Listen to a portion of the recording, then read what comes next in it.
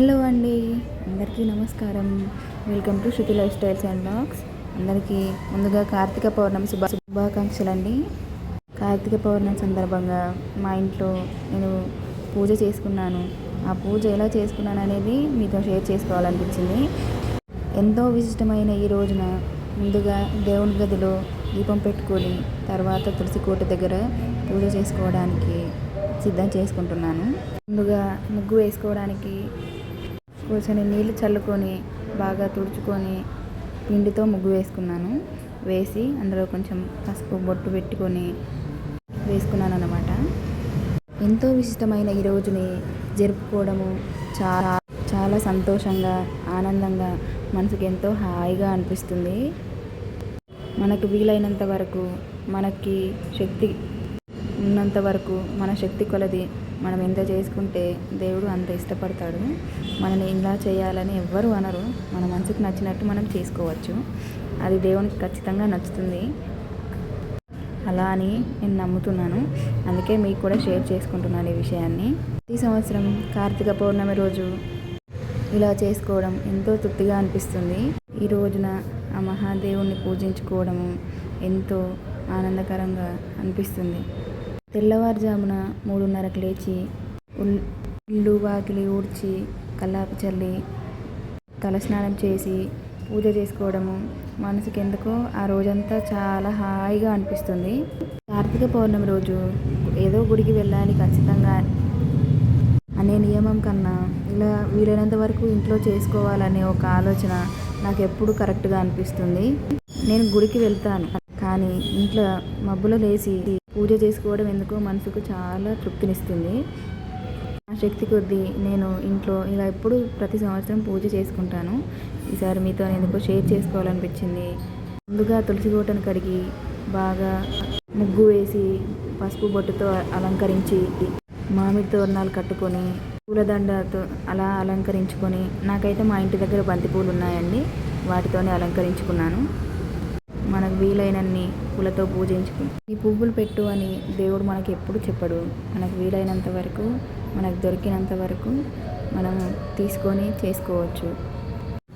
అయితే నేను మాత్రం గౌరమ్మని గణపతిని చిన్నగా చేసుకుంటాను. పసుపుతోని చేసుకొని తులసి కోటలో పెట్టుకొని ఉంటాను. 2 లేదా 3 తమలపాకుల్లో గౌరీ గణపతిని చేసుకొని పసుపు బొట్టు పెట్టుకొని వస్త్రం వేసి కొన్ని అక్షంతలు పువ్వులు పసుపు కుంకుమతో పెట్టుకోవాలి.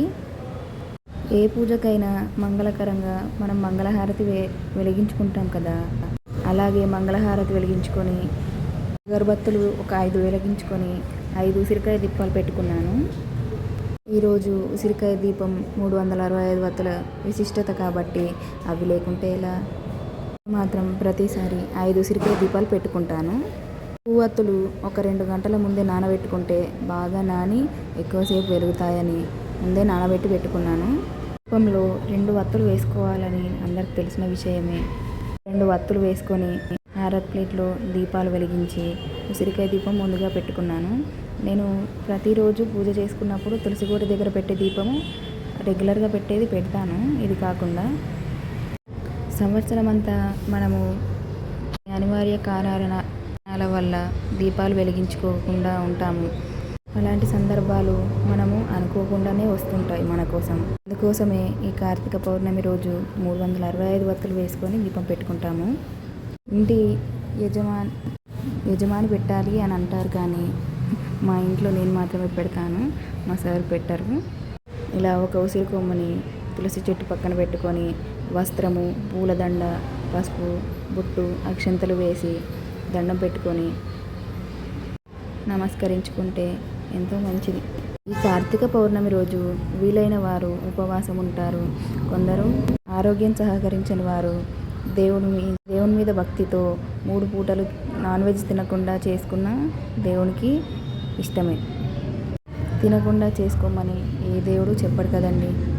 దేవుని పైన భక్తి ఎంతో మన ఆరోగ్యం పైన శ్రద్ధ కూడా అంతే ఉండాలి కదండి. ఏ దేవుడు ఏ శాస్త్రమైనా కానీ ఆరోగ్యం కాపాడుకుంటూ మన శక్తి కొలది పూజించుకోవాలని చెప్తుంది, కానీ మన శక్తికి మించి ఉపవాసం ఉండమని ఏ దేవుడు చెప్పడు, ఏ శాస్త్రము చెప్పదు. అందుకే నేను మాత్రం ఈరోజు ఉపవాసం ఉంటానండి. ఆ మహాదేవుడు నాకు శక్తి ఇచ్చినన్ని రోజులు వీలైనంత వరకు ఇలా చేసుకోవాలని మనసులో అనుకుంటాను. 365 వత్తులకు ఒక పెద్ద మాణిక్యం తీసుకొని అందులో పెట్టుకునేది కాకుండా 5 మట్టి దీపాలను కూడా పెట్టుకుంటాను. కొంతమంది పిండి దీపాలు పెట్టుకుంటారు, కొంతమందికి అలా ఉంటుంది, కొంతమంది ఇలా పెట్టుకుంటారు. 5 ఉసిరికాయ దీపాలు, 5 మట్టి దీపాలు వెలిగించుకుంటానండి. కొందరు ప్రసాదాలు 3 చేసుకుంటారు, 5 చేసుకుంటారు. వీలైతే ఎన్నైనా చేసుకోవచ్చు. నేను మాత్రం ప్రతి సంవత్సరం పరమాన్నం ఒకటి మాత్రమే వండుకుంటాను. నాకు అంతే అలవాటు. మా ఇంట్లో నేనైతే ప్రొద్దున మబ్బుల తెల్లవారుజామున సాయంత్రం 2 సార్లు పూజ చేసుకుంటాను. కొందరు సాయంత్రం చేసుకుంటారు, కొందరు ప్రొద్దున చేసుకుంటారు. ఎవరి ఆనవాయితీ బట్టి, ఎవరి శక్తి బట్టి వాళ్ళు చేసుకుంటారు. నేను మాత్రం 2 సార్లు చేసుకుంటాను. నాకు ఏ పూజలైనా కానీ చేసుకోవడము మనసుకు చాలా హాయిగా అనిపిస్తుంది. అందుకే నాకు వీలైనంత వరకు ప్రతి పండుగ చేసుకుంటాను. పూజని పండుగలా చేసుకుంటాను. ఇక దీపాన్ని వెలిగించుకొని వెంటనే ఉసిరికాయ దీపాన్ని వెలిగించుకొని తులసికోట చుట్టూ పెట్టుకున్నాను.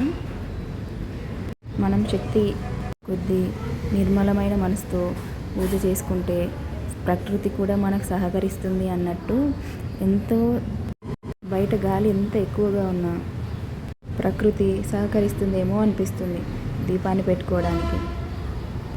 కొన్నిసార్లు పరీక్షించుతుందేమో అని కూడా అనిపిస్తుంది. ఇక ఒక ఉసిరికాయ దీపాన్ని వెలిగించుకొని దాంతోనే మిగిలిన వాటిని కూడా వెలిగించుకున్నాను. నేను మాత్రం ప్రతిసారి 5 మాత్రమే పెట్టుకుంటాను. కొంతమంది 3 పెట్టుకుంటారు, కొంతమంది 5 పెట్టుకుంటారు, 7, 9, 11 ఇలా వీలైన వారు వీలైనని పెట్టుకుంటారు. గుడిలో మాత్రం 3 పెడతానండి.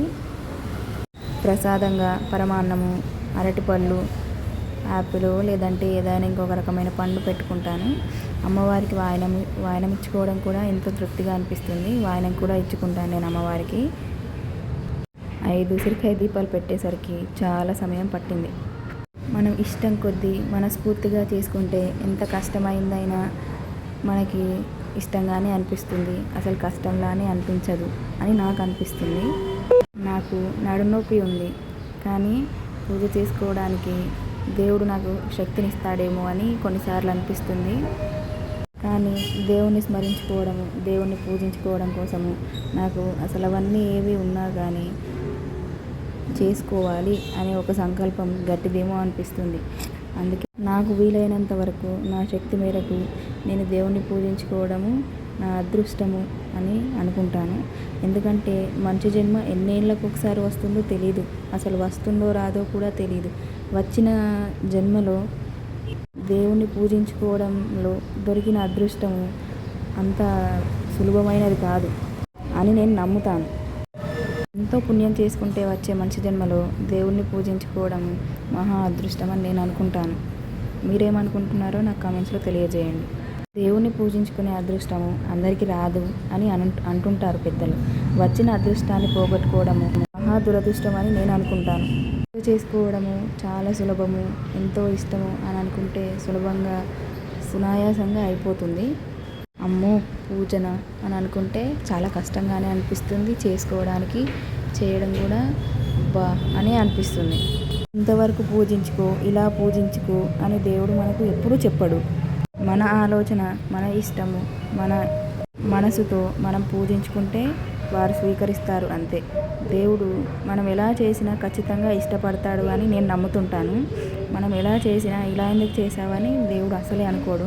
మన శక్తి కొద్దీ మనం ఎలా చేసినా దేవుడు స్వీకరిస్తాడని నమ్ముతాను. ఓకే, నేను ఎవరికైనా చెప్తాను, వీలైనంత వరకు ఆర్భాటంగా కాకుండా ఉన్న దాంట్లో తృప్తిగా సంతోషంగా చేసుకోవాలి. నేనైతే చెప్పినట్టు గౌరవం చేసుకొని పసుపు, కుంకుమ, అక్షింతలు, వస్త్రము, పూలు, మామిడి తోరణాలతో మంగళహారతి వెలిగించుకొని, ఉది బస్తీలు వెలిగించుకొని 5 ఉసిరికాయ దీపాలు పెట్టుకొని 5 మట్టి దీపాలను వెలిగించుకుంటాను. పెద్ద మాణిక్యం పెట్టుకొని ఒక 365 వత్తులది వేసుకొని దానిపై నూనె పోసుకొని నానబెట్టుకుంటాను. కొంతసేపు నానబెట్టుకున్న దీపాన్ని కర్పూరం వేసి పొడి చేసి వెలిగించుకుంటే తొందరగా వెలుగుతుంది. అలా వెలిగించుకున్న తర్వాత 2 అరటిపళ్ళు ప్రసాదం పెట్టుకొని, పరమన్నం పెట్టుకొని, దేవునికి నీళ్ళు ఆరగించి ఒకసారి నమస్కరించుకొని అమ్మవారికి నేను మాత్రం కనుము వాయనం మాత్రమే ఇచ్చుకుంటానండి. చీర పెట్టుకోను ఎప్పుడు.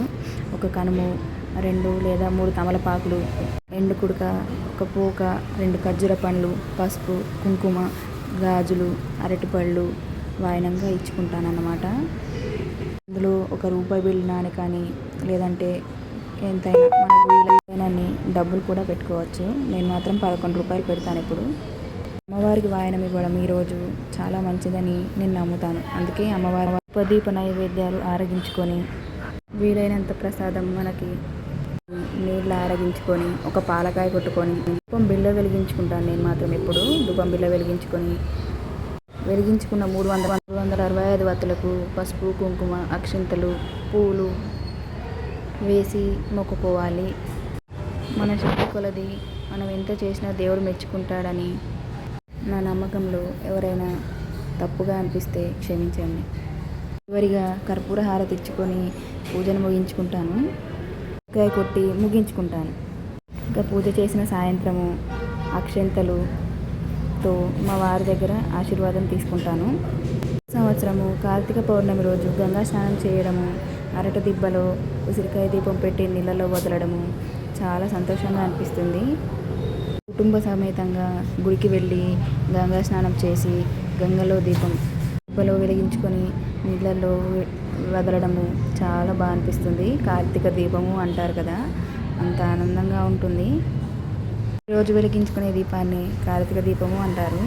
మనం సంవత్సరం అంతా వెలిగించుకొని దీపాన్ని కార్తీక మాసంలో వచ్చే కార్తీక పౌర్ణమి రోజు ఇలా దీపం వెలిగించుకుంటే సంవత్సరం అంతా దీపం పెట్టుకున్నంత భర్తీ అవుతుందని ఈరోజు ఇలా పూజించుకునే ఆనవాయితీ ఉంటుందన్నమాట. దీపము ఇంటి యజమాని పెడితే ఇంకా చాలా మంచిది అంటారు. ఇంట్లో నేనే వెలిగించుకుంటాను. ఎవరు వీలైతే వారు, చిన్న పిల్లల నుండి పెద్దవారి వరకు ఎవరు పూజించుకున్నా దేవుడు స్వీకరిస్తారు. చిన్నపిల్లలు ఇంటి యజమాని చేస్తే ఇంకా చాలా సంతోషిస్తాడని అంటుంటారు పెద్దలు. మీ ఇంట్లో మీరు పూజ ఎలా చేసుకుంటారో నాకు కామెంట్స్ రూపంలో తెలియచేయండి. మీరు కూడా ఇలాగే ఉంటారా లేదా ఇంకా ఎలా చేసుకుంటారా అనేది నాతో కామెంట్స్లో షేర్ చేసుకుంటారని ఆశిస్తున్నాను. వీలైనంత వరకు ఆ భగవంతుణ్ణి అందరూ పూజించుకోవాలని ఆశిస్తూ అందరికీ కార్తీక పౌర్ణమి శుభాకాంక్షలు మరొకసారి. నా ఈ వీడియో నచ్చితే ప్లీజ్ సబ్స్క్రైబ్.